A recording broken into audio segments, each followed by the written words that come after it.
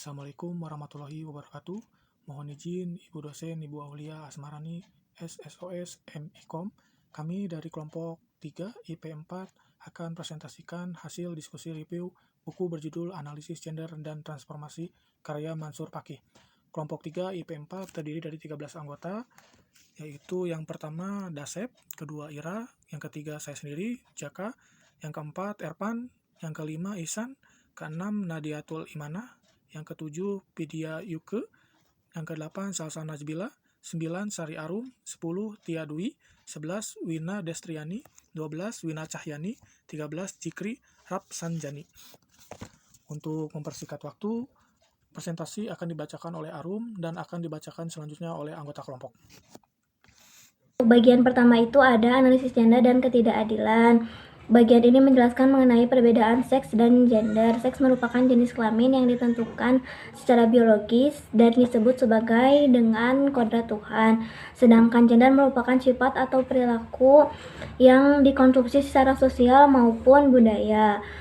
Adanya perbedaan gender ini melahirkan ketidakadilan. Di antaranya yang pertama, gender dan marginalisasi perempuan. Gender melahirkan pemiskinan ekonomi terhadap perempuan. Yang kedua itu ada gender dan subordinasi, yang dimana perempuan dianggap posisinya tidak penting. Lalu yang ketiga itu ada gender dan stereotype. Lalu ada gender dan kekerasan, dan yang terakhir ada gender dan beban kerja. Perempuan memiliki beban kerja yang berlebih dibandingkan dengan laki-laki. Selanjutnya akan dijelaskan oleh Salsa Najbila. Baik, di sini ada diskursus pembangunan dan nasib kaum perempuan. Dalam pembahasan ini yaitu bagaimana ketidakadilan gender dan ketidakpegangan terhadap masalah gender telah mempengaruhi berbagai ideologi besar seperti ilmu sosial tentang pembangunan. Teori ilmu sosial tentang pembangunan dikembangkan tanpa mempertimbangkan masalah gender yang mengakibatkan keterbelakangan kaum perempuan. Selanjutnya di sini ada sketsa teori-teori pembangunan.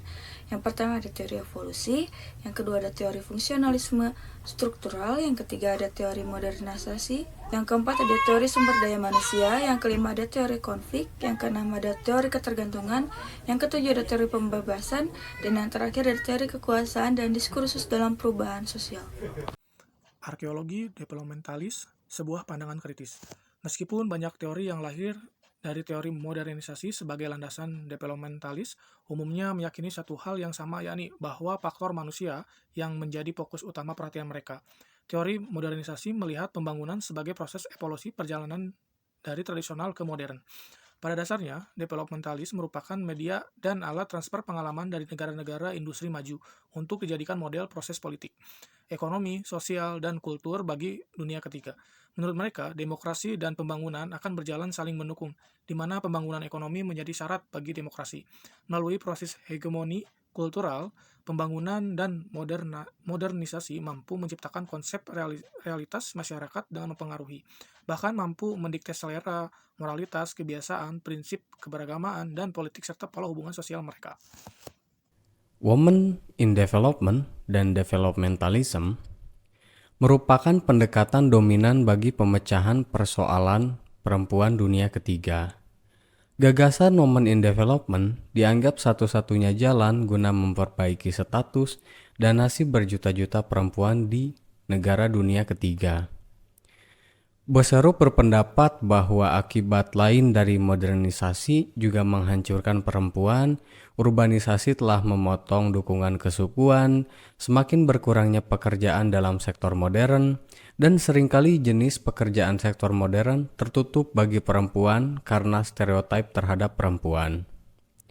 Tujuan gerakan transformasi gender tidak sekedar untuk memperbaiki status perempuan yang indikatornya menggunakan norma laki-laki, melainkan untuk memperjuangkan martabat dan kekuatan perempuan.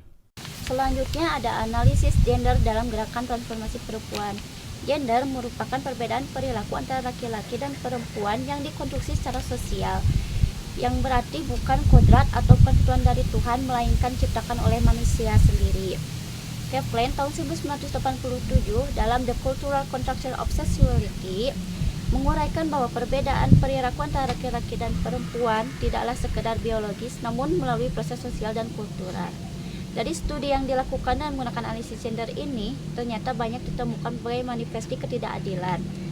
Manifestasi ketidakadilan itu seperti subordinasi. Selanjutnya ada paradigma fungsionalisme dalam feminisme. Aliran fungsionalisme struktural atau sering disebut fungsionalisme adalah mazhab utama dalam ilmu sosial yang dikembangkan oleh Robert Merton dan Talcott Pearson.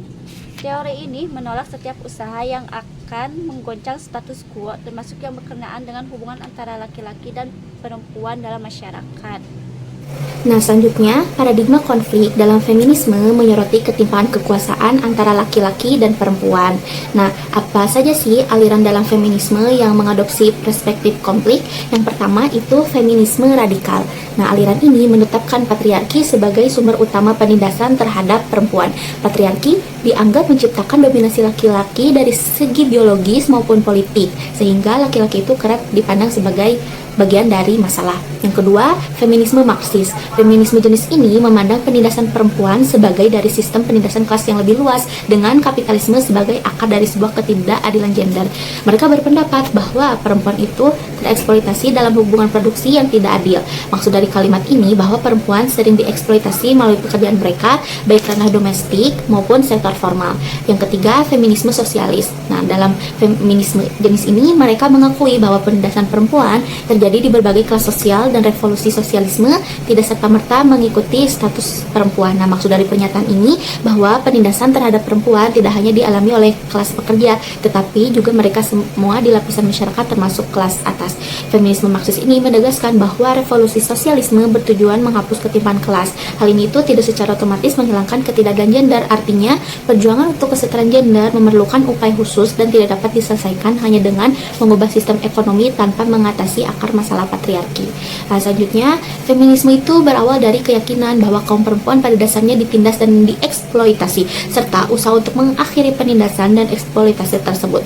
Gerakan feminis merupakan perjuangan dalam rangka mentransformasikan sistem dan struktur yang tidak adil menuju ke sistem yang adil bagi perempuan maupun laki-laki. Anatomi gerakan kaum perempuan. Ada gejala umum yang melanda kaum perempuan itu sendiri, yaitu maskulinitas. Misalnya kaum liberal yang percaya bahwa kebebasan dan kesamaan berakar pada rasional, di mana perempuan adalah makhluk rasional. Adapun arah gerakan feminisme, semakin terbukanya kesempatan kaum perempuan untuk memasuki berbagai aspek kehidupan dan pekerjaan, ternyata juga tidak serta-merta merubah posisi kaum perempuan di masyarakat. Tinjauan struktural terhadap buruh kaum perempuan. Membicarakan hak asasi dan nasib kaum buruh perempuan dapat diletakkan dalam dua kerangka perspektif, yakni bersifat kondisional dan struktural. Analisis kondisional terhadap buruh perempuan menyangkut analisis terhadap nasib buruh keseluruhan, baik bersifat fisik maupun bersifat jangka pendek. Analisis struktural melebihi menekankan pada posisi buruh perempuan. Posisi buruh dalam struktur developmentalism. Persoalan masyarakat dalam developmentalism tidak bisa direduksi menjadi hubungan ekonomi antar kelas dan masyarakat. Namun, dapat dilihat katanya dengan hubungan antara state dan civil society yang lebih kompleks. Selanjutnya ada menuju perubahan fisik. Developmentalisme menempatkan buruh dalam fungsi penting, namun krisis secara struktural. Buruh sebagai penghasil nilai lebih menjadi pembentuk kelangsungan sektor lain seperti pemerintahan, keamanan, pendidikan, dan media massa. Perubahan nasib buruh harus dimulai dengan memperjuangkan hak-hak dasar seperti upah minimum dan jaminan sosial. Namun, perjuangan ini harus diintegrasikan dengan langkah strategis jangka panjang, yaitu 1. Memberikan ruang kepada buruh untuk berorganisasi secara bebas. 2. Melakukan pendidikan kritis agar buruh memahami posisi struktural mereka. 3. Mengakui buruh sebagai aktor sejarah yang berperan dalam perubahan sosial dengan melibatkan mereka dalam pengambilan keputusan dan negosiasi. Analisis gender perubahan posisi buruh. Analisis ini berupaya merekonstruksi gerakan feminisme secara kritis dalam kaitannya dengan agama, khususnya Islam, memahami perannya dalam perubahan sosial. Fokusnya adalah menjawab bagaimana kaum agamawan dapat berkontribusi, gagasan, dan solusi untuk transformasi sosial, termasuk meningkatkan posisi perempuan dalam struktural dan struktur masyarakat di masa depan. Pandangan agama yang membebaskan dan transformasi sosial. Di dalam Islam, prinsip ideal sejak awal menekankan kesetaraan gender, terutama jika dibandingkan dengan kondisi perempuan pada masa pra-Islam yang sangat rendah dan tertindas. Al-Quran mengajarkan bahwa laki-laki dan perempuan memiliki kedudukan yang sama, dengan hak dan kewajiban yang seimbang. Tafsir yang membebaskan dan memahami konteks masyarakat, seiring dengan berkembang kesadaran akan hak-hak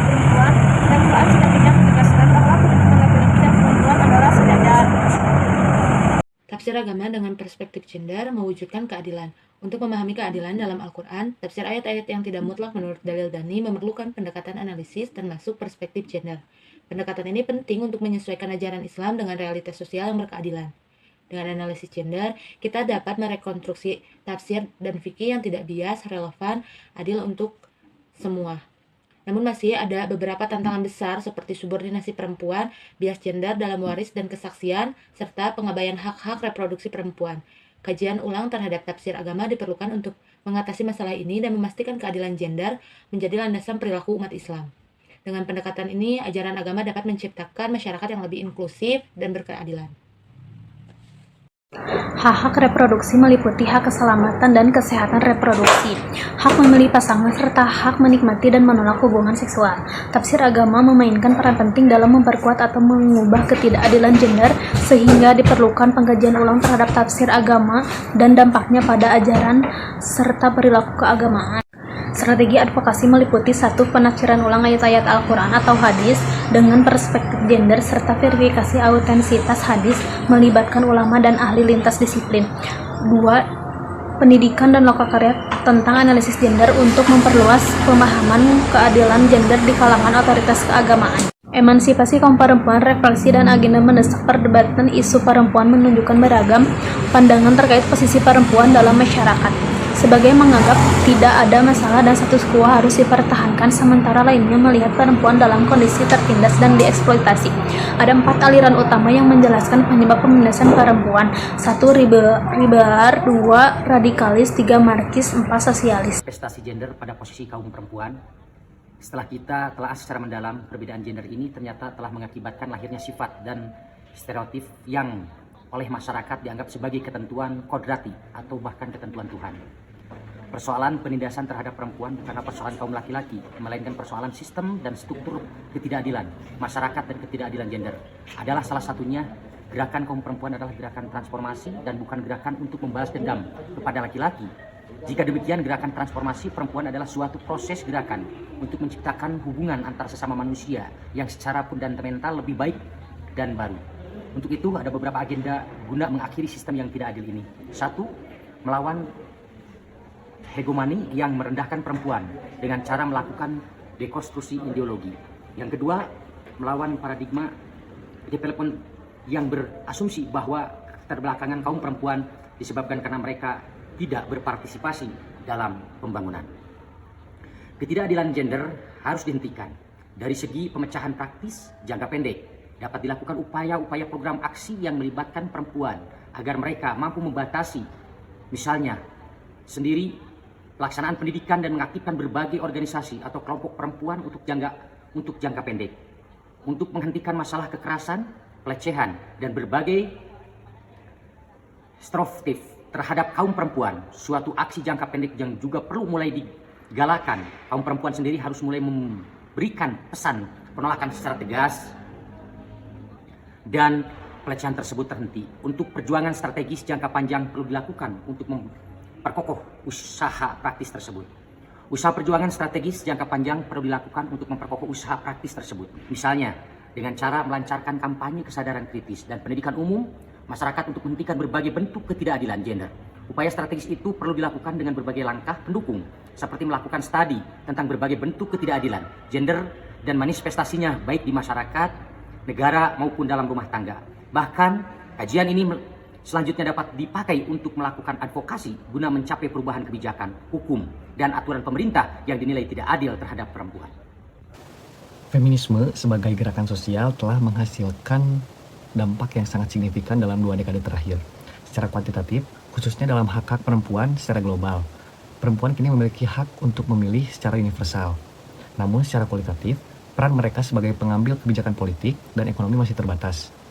Hingga 1990-an, hanya 3,5% menteri kabinet dan 10% posisi senior di PBB diisi oleh perempuan, dan hanya 6 negara dipimpin oleh perempuan. Di bidang pendidikan, jumlah perempuan buta huruf menurun drastis.